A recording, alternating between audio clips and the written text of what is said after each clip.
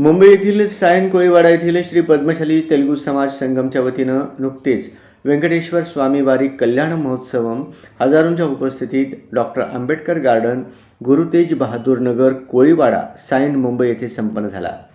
हा धार्मिक कार्यक्रम श्री पद्मशाली तेलुगू समाज संगम गेल्या 8 वर्षापासून साजरा करीत आहे। आंबेडकर उद्यानमध्ये भव्य कल्याणम मंडपम उभारण्यात आले। सायन कोळीवाडा इंदिरानगर येथील श्री पद्मशाली तेलुगू समाज संगम कार्यालय येथून व्यंकटेश्वरा स्वामी भूदेवी श्रीदेवी पालखी मिरवणूक कल्याण महोत्सव मंडपपर्यंत काढण्यात आली।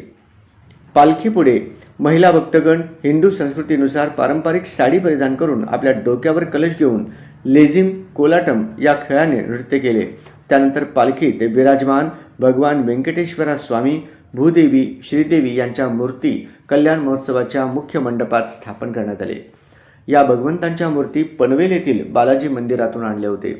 देवी देवतांच्या मूर्ती कार्यक्रमाच्या ठिकाणी आणण्यास कोडूर श्रीनिवास यांनी संगमला सहाय्य केले।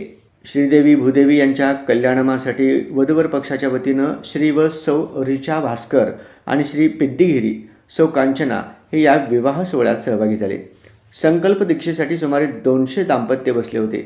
तसेच विष्णू सहस्त्रनामाचे मंत्रोच्चार पठण करण्यात आले।